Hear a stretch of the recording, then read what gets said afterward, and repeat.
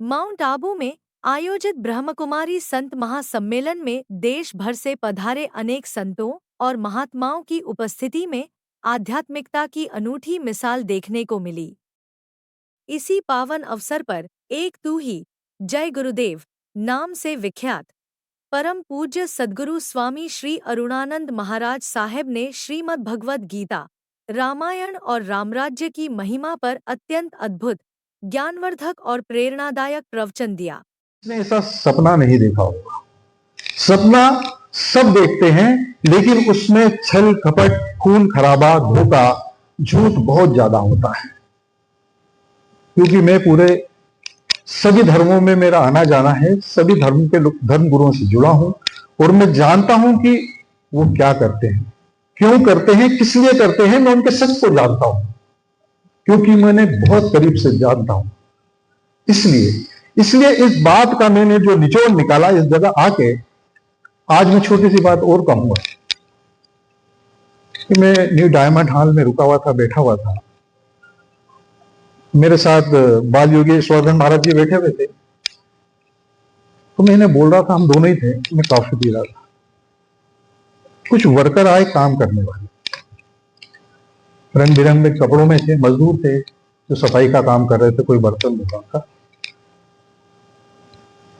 मेरे मन में एक ख्याल आया तो मैंने इन्हें बताया कि मुझे ये बताइए, यदि ये जो काम कर रहे हैं इनके घर में एक संतान जन्म ले, या इनमें से किसी एक व्यक्ति में वो परिवर्तन आ जाए, या वो विचार आ जाए, उसकी बुद्धि जागृत हो जाए, उसमें वो ज्ञान आ जाए और वो बदलाव करने की कोशिश करेगा, तो उसके समाज और उसके परिवार के लोग उसका क्या हस्त करेंगे? क्योंकि वो एक साधारण मनुष्य है। अब साधारण मनुष्य के अंदर वो देवता बनने की ललक जाग चुकी है। जब आप एक साधारण मानव से देवता बनने की ओर अग्रसर होते हैं, सात्विक होने की प्रयास करते हैं, तो आपको वही परिवार के लोग, वही समाज के लोग आपको नुकसान पहुंचाने की कोशिश करते हैं। मेरे ख्याल से ये हर व्यक्ति के साथ घटना घटती होगी।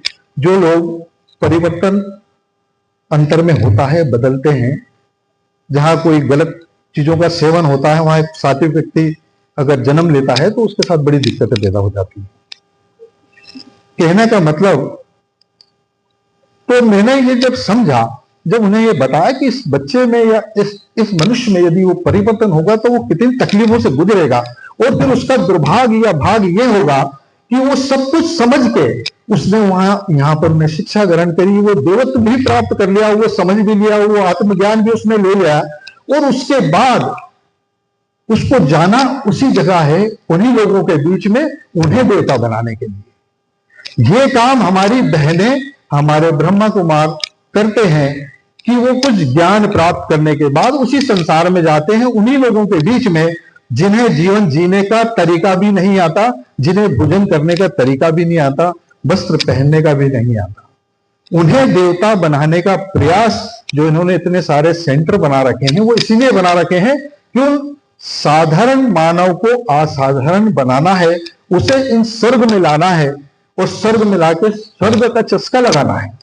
जैसे अभी संगमनाथ महाराज ने बोला कि मैं 3 दिन से यहां पर हूं और मैंने फोन नहीं सुना। अरे स्वर्ग में आने के बाद भाई फोन पे बात कौन करेगा?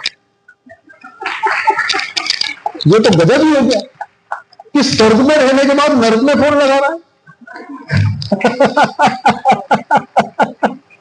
यानी स्वर्ग में रहने के बाद अगर नर्क की याद आ जाए और वहां जाने की परिकल्पना कर रहा है, तो उससे दुर्भाग्यशाली इंसान हो ही नहीं सकता, है ना?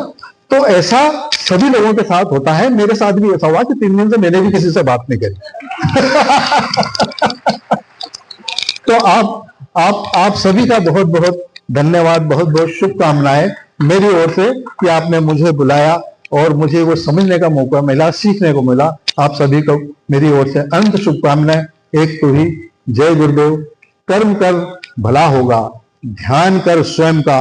ओम शांति, ओम शांति, ओम शांति।